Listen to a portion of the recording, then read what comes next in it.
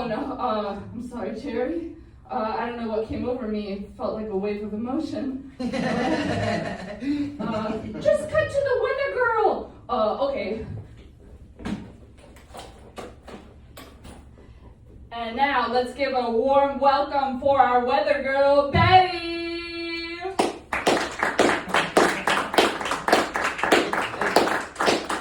Oh, Betty, are you back there? Betty? It seems like Betty's gone swimming or fishing or something now. I'm gonna have to do the weather. Okay.